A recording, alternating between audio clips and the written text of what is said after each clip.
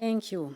Indeed, the relationship between the European Union and China is simultaneously one of the most strategically important and one of the most challenging that we have. Today's summit has been a much-needed opportunity to discuss and move forward on all aspects of this complex and vital partnership.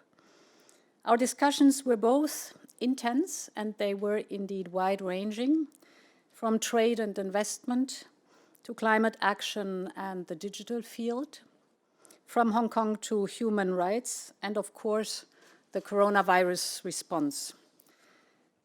And we are able to discuss all these issues with China, but I must say, mostly important was and is that we must make progress. For this, the summit was only a start point. Progress implies cooperation on both sides, implies reciprocity, and implies trust. These have been central pillars of our discussions today. And Charles has already focused on many of the important issues that we discussed, including on Hong Kong and human rights. And I do not want to repeat what has been already said, but let me reiterate that for the European Union, human rights and fundamental freedoms are non-negotiable. We always raise our concern, so was it today too, and insist on having our view on these topics. Of course, we discussed trade and investment. And indeed, the European Union is China's biggest trading partner, and China our second biggest. We will soon be in a position to sign our agreement on geographical indications. This guarantees a high level of protection for our respective producers, and that is good. And yet, we continue to have an unbalanced trade and investment relationship. We have not made the progress we aimed for in the last year's summit statement in addressing market access barriers. We need to follow up on these commitments urgently. And we also need to have more ambition on the Chinese side in order to conclude negotiations on an investment agreement. These two actions would address the asymmetry in our respective market access and improve the level playing field between us. In order to conclude the investment agreement, we would need, in particular, substantial commitments from China on the behavior of state-owned enterprises, transparency in subsidies, and transparency on the topic of forced technology transfers. And we have raised these issues at the same time with Premier Li and President Xi, that we expect that China will show the necessary level of ambition to conclude these negotiations by the end of this year. I think it is important that we have now a political, high-level approach on these topics. I've also made clear that China needs to engage seriously on a reform of the World Trade Organization, in particular, on future negotiations on industrial subsidies. This is the relevant framework where we have to work together on the topic. It's a difficult topic, but this is the framework which we have to establish to have common binding rules we agree on.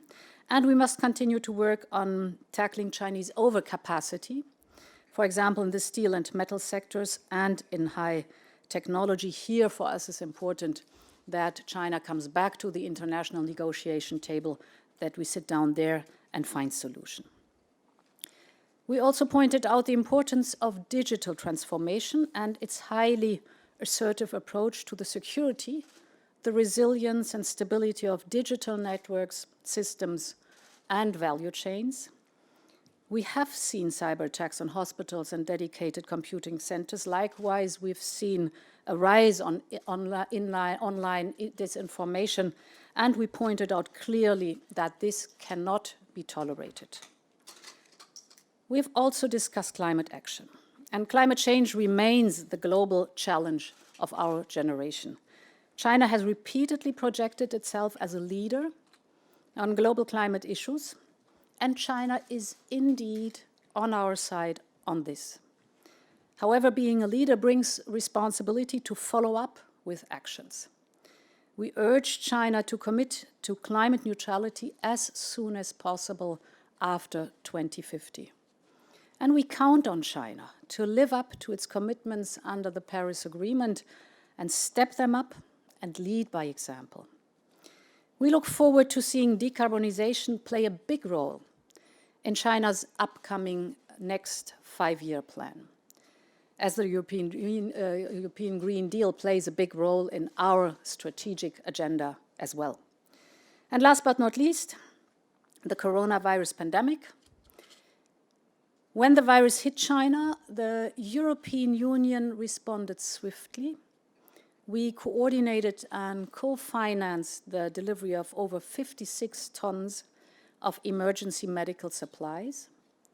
China then reciprocated when Europe faced the pandemic, and we agreed on the need to continue this mutual solidarity. We agreed also in supporting countries and populations that are more vulnerable than our own, for example, in the context of the global response initiatives. Voilà, to conclude, today has been a very intense, a very frank, and a very open meeting.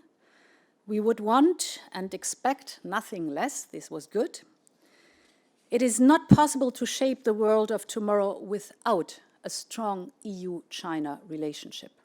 However, it is time to accelerate on the very crucial areas of our relationship, to deliver on the important commitments from last summit and address our concerns on reciprocity and the level playing field. As European Union, we're committed to making swift and substantial progress. We count on the Chinese leadership to match our level of ambition.